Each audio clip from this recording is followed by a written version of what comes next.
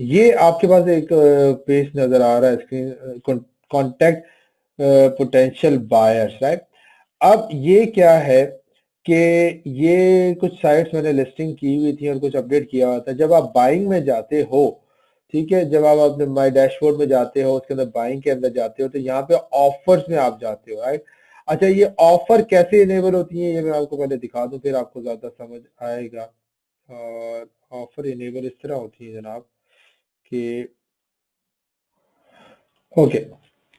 अच्छा, अब क्या है कि जब आपकी ऑक्शन एक तो सक्सेसफुल ऑक्शन हो जाती है, वो तो एक अलग बात है, उसके अंदर अलग सिनारियो कि जब वो हो जाती है तो उसके बाद तो आपका जो है ना पेमेंट प्रोसीजर में जाते हैं, एस्क्रो के थ्रू करनी है, पेपॉल के थ्रू करनी है, या आपने फ्लिपकार्ट के एस्क्रो के थ्रू करनी है। तो उसके जैसे ही आप उसको एक्टिव करते हैं तो उसके बाद आपको एक ऑप्शन आ जाती है कि जी आप जो है ना इस तरीके से पेमेंट करें, या इस तरीके से जाके जो है ना आप जो है ना ट्रांजेक्शन को, डील को कंप्लीट करें, वो एक ऑप्शन एक्टिव हो जाती है। अब यहाँ पे हमने चेक करना है कि जी जनाब आपकी लिस्टिंग के बाद क्या हुआ कि जी आपकी वेबसाइट सोल्ड आउट नहीं हुई।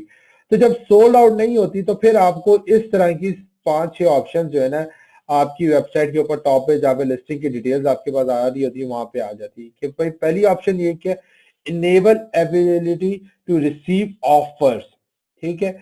फिर सेकेंड है बाय अ प्राइवेसी अपग्रेड। अच्छा, अब ये जो पॉइंट है ये बड़ा की एलिमेंट है। अगर आपने लेट्स सपोज वेबसाइट बेचती है तब भी आप इस ऑप्शन को उस मिल जाएगी आपको अपग्रेड कर देते, जिसका मतलब क्या कि किसी को भी आपकी प्राइवेसी डिटेल्स या वेबसाइट की डिटेल्स अपडेट नहीं होगी। या अगर आप कहते हैं कि जी मेरी वेबसाइट सोल्ड नहीं हुई है और मैं इसके ऊपर वर्किंग खुद करना चाहता हूं, तो आपको ये ऑप्शन लाजमी यूज करनी चाहिए। जो है ये $19 की, $9 इस तरह की जो भी प्राइस आपको वन टाइम पे करनी है, मेरे ख्याल से $19 समथिंग प्राइस है। तो उसका फायदा क्या होगा कि आपकी लिस्टिंग फ्लिपकार्ट की भी सर्च से निकल जाएगी और गूगल के सर्च के अंदर भी नहीं आएगी।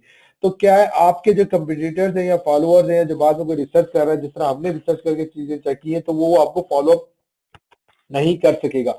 अगर आपने इसको एक्टिव रखा तो लोग रिसर्च करके सर्च करके दोबारा आपकी तरफ आएंगे, वेबसाइट को चेक करेंगे और आपके कंपटीटर्स बन जाएंगे।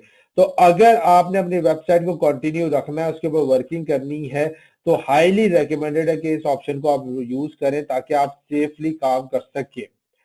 दूसरा, अगर आपने वेबसाइट बाय कर ली है तब भी आपको हाईली रेकमेंड है कि आप ये प्राइवेसी ऑप्शन जो है ना, बायर जिसने लिस्टिंग की, सेलर जिसने लिस्टिंग की हुई है, उसको भले पैसे एक्स्ट्रा देते हैं $19, तो उसको कहेंगे जी इस लिस्टिंग को आप जो है ना प्राइवेसी करें इसको, ताकि जो है मेरी ये डिटेल्स वगैरह किसी को अपडेट ना हो, ठीक है।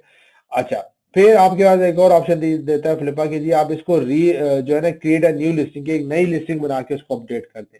फिर वो कहता है कि जी आप अपनी जो लिस्टिंग है इसको जो है ना फ्री में आप रीलिस्ट करना चाहते हैं, your option for free, right. ये दो दफा दो वे से एक्टिव होती है। या तो आपकी ऑप्शन जो है ना वो बिड में चली गई थी और बायर ने जो है ना आपको एक पेमेंट नहीं की, तब जाके ये ऑप्शन अवेलेबल होती है।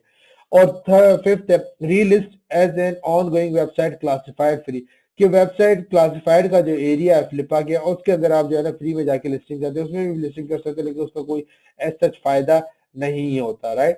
तो ये ऑप्शन है। अब जो फर्स्ट ऑप्शन है enable ability to receive offer, अगर आपने ये ऑफर को इनेबल किया हुआ है तो आपकी वेबसाइट जब अगर अनसोल्ड भी गई है और वो लिस्टिंग में, तो लोग जब सर्च करेंगे उसको ऑप्शन एंड होने के बाद भी, टाइम ड्यूरेशन के बाद, तब भी लोग आपको ऑफर सेंड कर सकते हैं।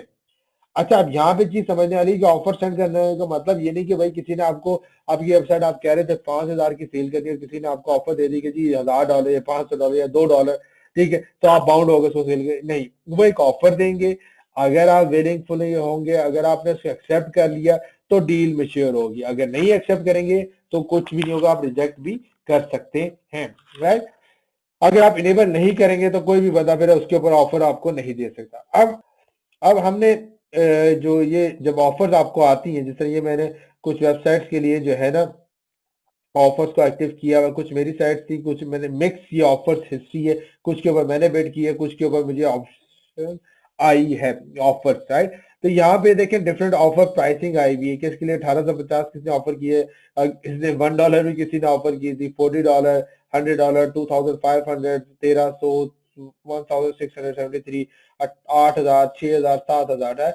तो क्या है, इसके अंदर ऑफर्स आई हैं और उसके अंदर क्या है कि जनाब हम इसको एक्सेप्ट करेंगे तो ये जो है ना मैच्योर डील होगी, अगर नहीं होगा, अच्छा एक्सेप्ट करने के बाद क्या होगा, एक्सेप्ट करने के बाद वही अगेन प्रोसीजर होगा कि जी अब फ्लिपा आपको एक ऑप्शन दे देगा कि जी पेमेंट के लिए आपने अगर एस्क्रो यूज करना है या फ्लिपा पेपॉल यूज करना है या आपने क्या कहते हैं फ्लिपा का एस्क्रो यूज करना है, तो उसके थ्रू आप पेमेंट्स करें और उसके थ्रू आपकी डील वगैरह वो प्रोसेस स्टार्ट हो जाएगा, राइट।